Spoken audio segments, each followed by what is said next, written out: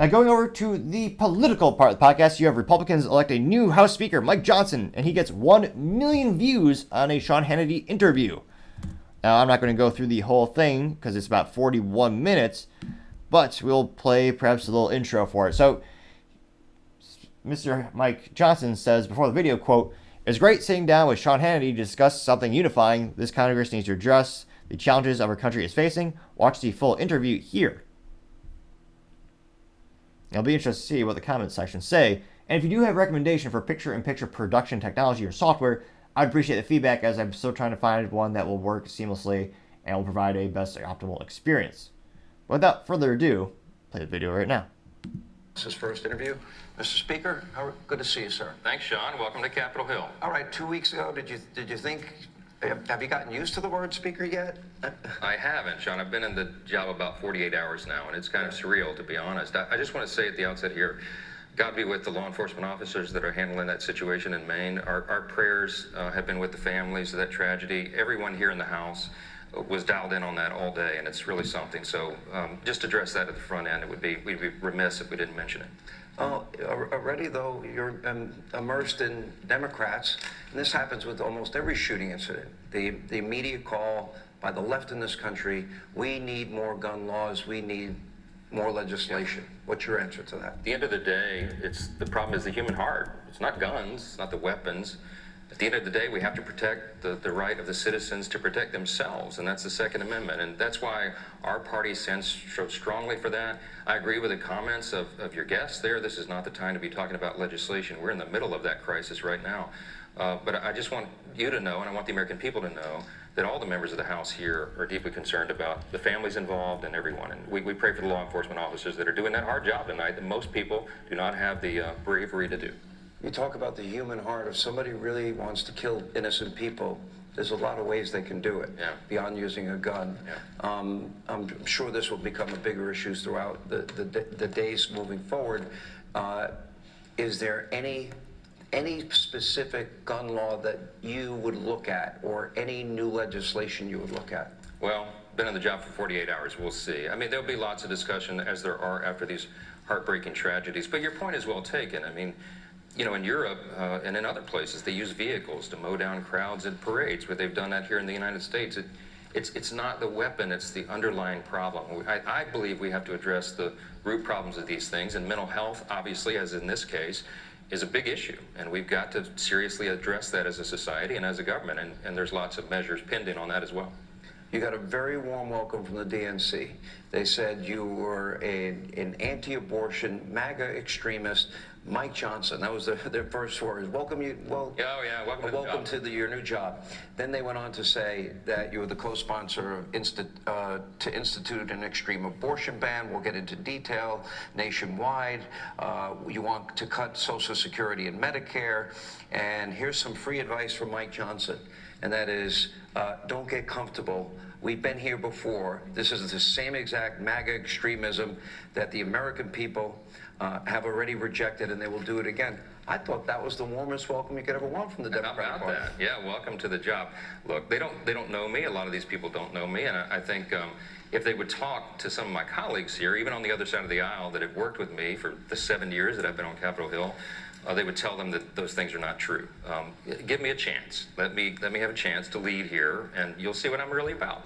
Let me ask you, because a lot of people don't know you, and before I get to some really heavy-duty questions, issues of great national importance, what do you want people to know about you? There were things about you that I learned in the lead up to this interview. I didn't know that you didn't legally adopt a young 14-year-old, but you basically adopted him. It would have taken 4 years to finalize it. And he happened to be African-American, and he was your first son. And now you have 4 other children. And you have one of them, well, this son was named Michael. Your other 14-year-old is Jack. And you said some pretty deep, profound things that you think it is harder for your African-American son than your biological son in life. Are you saying that's institutional racism in the country? What were you referring to? No, it's a reality, though, having raised 2 14-year-old boys in America, in the state of Louisiana. They had different experiences. and I'm not so sure it was all about skin color, but it is about culture and society. Michael, our first, came from a really troubled background and had a lot of challenges. Jack, on the other hand, was raised in our household from the time he was born. And it just struck me, Sean, that it's a reality that, there are different paths in life, and people have lots of things they have to overcome. And so it gives you a lot of empathy. It allows you to see into the heart of people and really try to understand them better. And that comes in handy in this arena, because we're really expected to hate our colleagues on the other side of the aisle and beat them all the time as enemies, politically speaking. But you have to recognize that this is a system that was built upon disagreement. I mean, what the founders intended here in this legislative context is that we're going to come to the table with very different philosophical ideas and core principles, and we have to arm wrestle over that and reach consensus to move the ball forward for the American people. That's what the system is built upon, and right now people are going to their corners and they're refusing to talk. We've got to get over that. I don't know how we reconcile a lot of these issues. You either believe in climate alarmism or energy independence. How do you reconcile that? How do you reconcile defund, dismantle versus funding law enforcement, and no bail laws versus bail laws? Right. How do you reconcile secure borders or sanctuary states or cities? Very controversial issues, Yes. and I don't know where the middle ground is. Do you see it? There is less and less middle ground over the decades. The parties have grown very far apart. There's a wide chasm now. If you rewound back 40 or 50 years, there wasn't really a lot of difference between the Republican and Democrat parties. If you compared their platforms, Depending on who you asked, I'd say, maybe perhaps it's just the illusion of choice, because there's a lot of Republicans in name only, which is pejoratively known as a rhino, where they say they stand for things, but they vote for difference altogether. When the time comes to make a difference, they don't. Which I would suspect is why we still have the NFA, also known as the National Firearms Act, and suppressors are still highly regulated when they were supposed to be treated as a regular firearm. We're supposed to get that legislation passed when Republicans had the presidency, they literally had the White House, the House of Representatives, and the Senate. And yet they couldn't get the Hearing Protection Act passed. So it says a lot of interesting things. Again, the whole interview is worth taking a peek at. It's about 41 minutes long. But in terms of politics and moves on the political chessboard, if your opponent really doesn't like you, usually is a pretty good sign. Many would argue in terms of politics that you were a good pick. Now, the real question is, what is he going to do different than that Kevin McCarthy, rather? Again, I'm not a doctor or a scientist, but if you click subscribe, it may cure my stuttering. It might. I think it's gotten better the past couple of episodes. Let me know if you think differently in the comments. Always trying to work on that, and perhaps that is the cure all along. Now, specifically, Kevin McCarthy, many people are saying he was going to secretly fund Ukraine, which is a big political topic in the United States, as they've gotten over $100 billion in funding in both cash as well as a mixture of physical goods, being both military as well as, I believe, humanitarian, aka like food and protective blankets and stuff like that. So it'll be interesting to see what is he going to do differently, and will anything change at the end of the day, or is just more of the same? Now, interestingly enough, it's gotten over 1 million views on the Twitter. Well, 18 people do call it X. I wonder what the comments are like. Let's dive in and find out.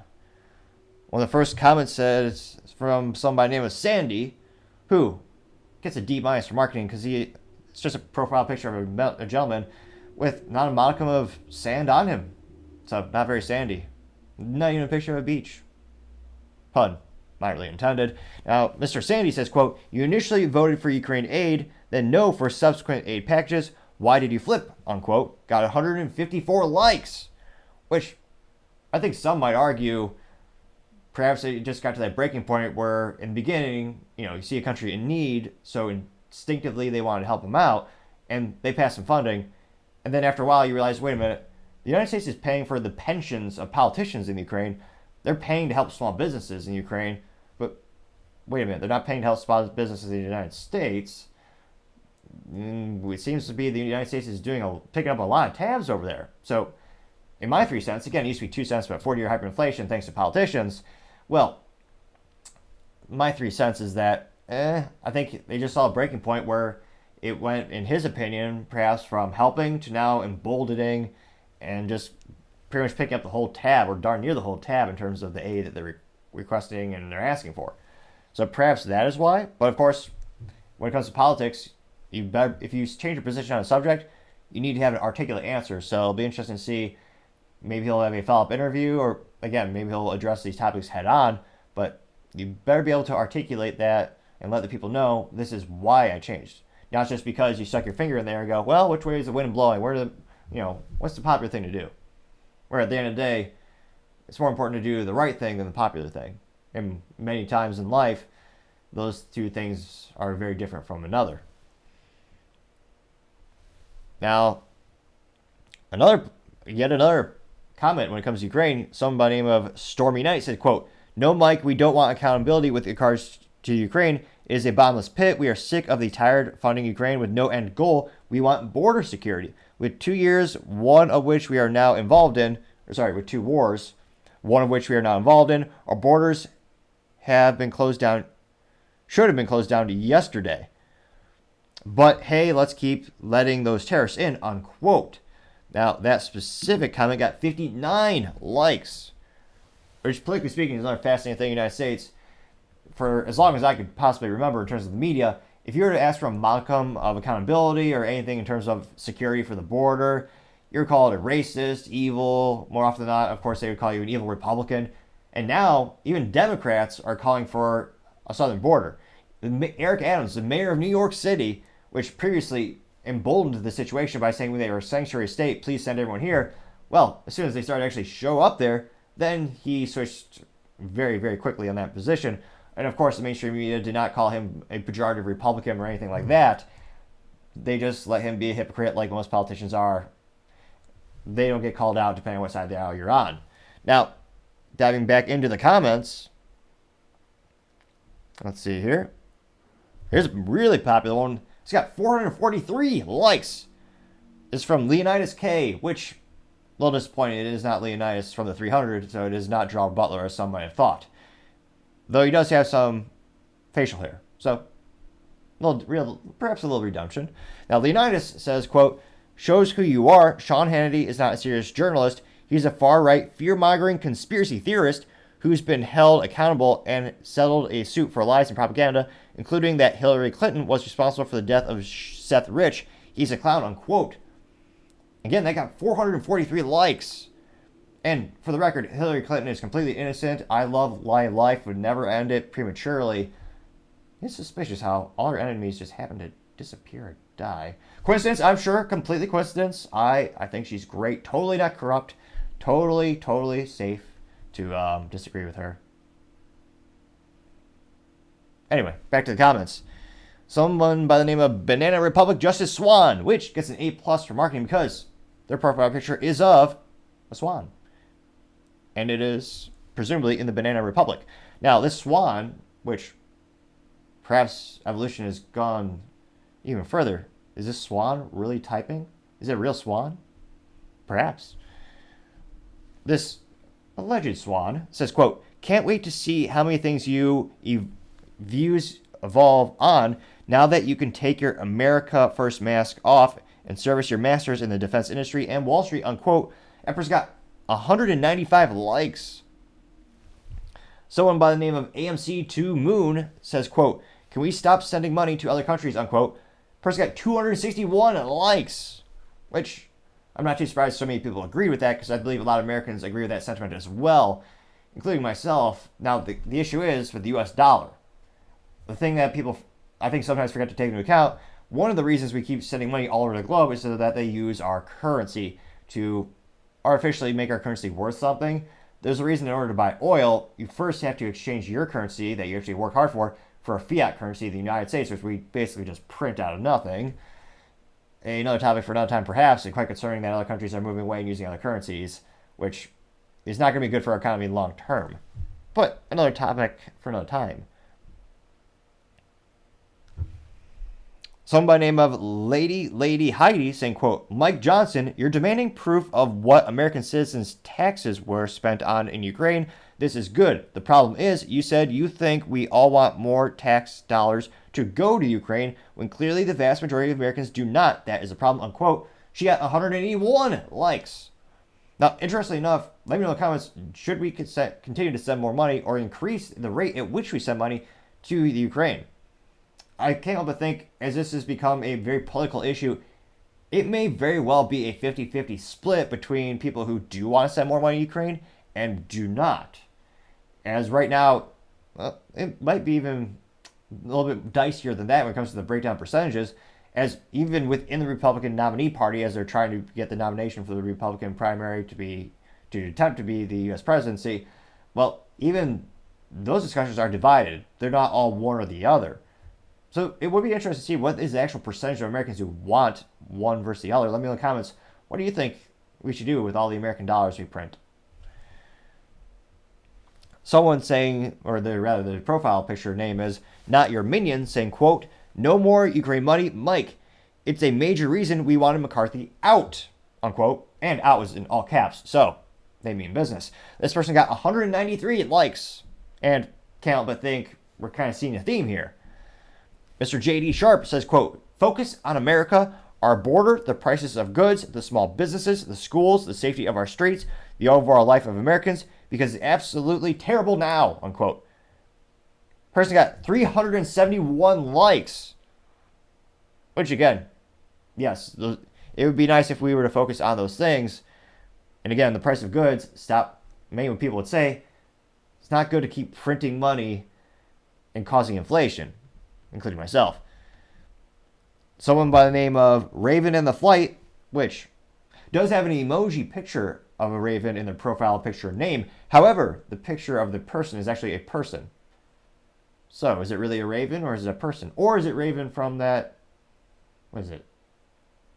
Oh, what is that? Old little cartoon. Is it not Space Invaders? That's a video game. Nevertheless, there's something on Cartoon Network. Was it Teen Titans? Some cartoon had that. Maybe that's the cartoon actor. Nevertheless, this person just simply said, "No more funding Ukraine." Got 44 likes. Let's see here. Jim Alman said, quote, "Did Hannity tell you everything should run according to him," unquote. Getting 77 likes. A lot of people say, wow. Sarah Rose, who gets an A+ for marketing because not only is it a profile picture of a woman who looks like a Sarah, but in her profile picture name, it does have an emoji of a rose. And while I'm not a fan of emojis too much, that is quite apt from a marketing perspective. So, A+ Sarah. Now, Sarah Rose simply said, quote, "No more money to Ukraine," unquote. She got 1,000 likes.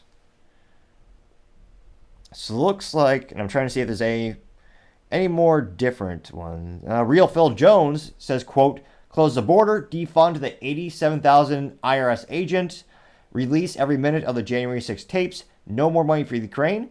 He got 696 likes.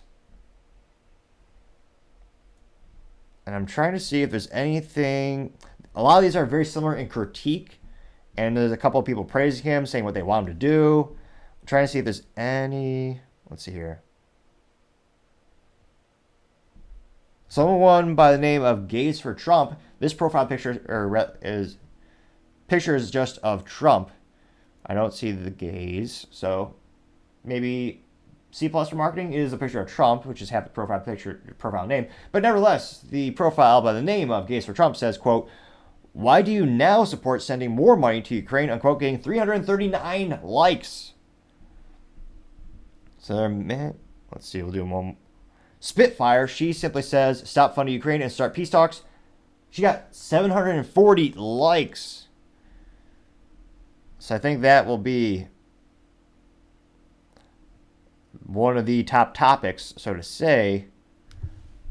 Somebody named George said, "Do an interview with Tucker. No one cares about this Hannity guy," unquote. He got 864 likes, which, yes, many people who are traditionally, I would say, who traditionally identify themselves as Republican or perhaps Libertarian, who used to tune in to Fox News, they've subsequently quit indulging. I don't know how many people truly indulge in the experience of Fox News, perhaps just tolerate or tune in to Fox News, and they've gone on elsewhere, to Tucker Carlson, specifically as his popularity exponentially increases in viewership count. It's one of those instances where I think the mask kind of fell off a little bit for Fox News, where a lot of people realized, wow, they really aren't what they purport to be, publicly speaking, as a lot of their internal trainings and internal politics kind of, it's a nice way of saying released. They were uncovered, so to say, and they in no way embody the traditional Republican values that people thought they stood for. And I can't help but think as more and more people start to realize that Delta, the difference between what they stand for, what they purport to be, and what they actually are, and the reality, I think they're going to continue to not tune in as well. So yeah, in terms of if you want to have an interview go off the charts, so to say, you want to go get in front of Tucker Carlson because that's one of the largest audiences and it's just growing exponentially. So it'd be interesting to see how things turn out for the new House Speaker. And again, at the end of the day, what actually changes and what gets done. And I always say time shall tell. Thank you again, everyone, for taking the time to tune in. Again, we're trying to get to 4,000 subscribers by the end of November, so if you can click that button, I'd greatly appreciate it. Also, the feedback is greatly appreciated. If you can put some comments in the videos, that's how I know how to make the production better and better. And it's how I know I do need to work on decreasing my rate of speech so it's a little bit easier to understand, and how I need to work on that stuttering to make the show better and better and better. Also, liking the video may help it with the algorithm. That kind of switches it up. It's kind of mystery magic. So that might help the videos get more views and might increase the rate at which we can invest in this as well. Also, and lastly, don't forget to take the time to tell your family, tell your friends, tell your coworkers, heck, tell your enemies, tell anyone and everyone. Just stay safe, fight the good fight.